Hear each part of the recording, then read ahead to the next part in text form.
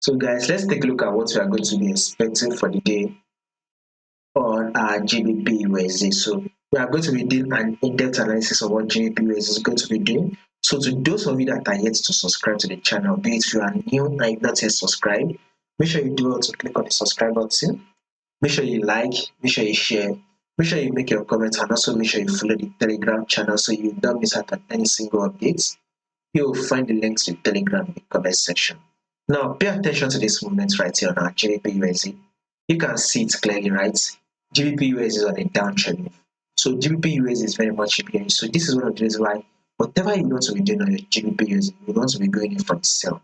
You want to be going for the sell, put your sell position, right? Now, pay attention to this movement right here.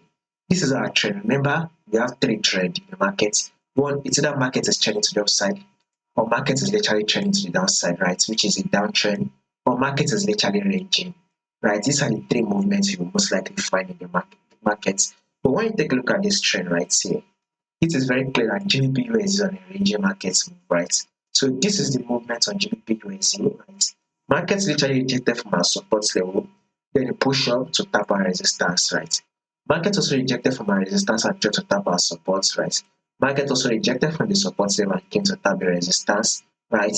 Market eventually came to the resistance, rejected from the resistance and tried to tap our support level, right? Now market also rejected from the support level, then it's rallied up to tap the resistance, right? Now that market has tapped the resistance, guess what market is? The market is now dropping. So we would expect that drop to continue to it is able to tap our support level. So a bearish move is what we should be expecting on our GBP USD. So whatever you want to be doing on your GBP USD, you want to be going for the sell. A bearish move is what you should be expecting. Now let's take a look at this our 4-hour time frame. We've gone down right by the way. So this is your low, right? Here comes the lower high. Market then did give us a new lower low, right? Here comes the lower high. Market then was able to drop again to give us a new lower low. You can see it dropped to form a new lower low.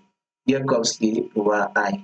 So with this lower high, right, you should be expecting GBPUSD to actually drop, right? Drop and take out this low, thereby giving us a new low. So if you're a long-term trader, right, you should be looking for a sell.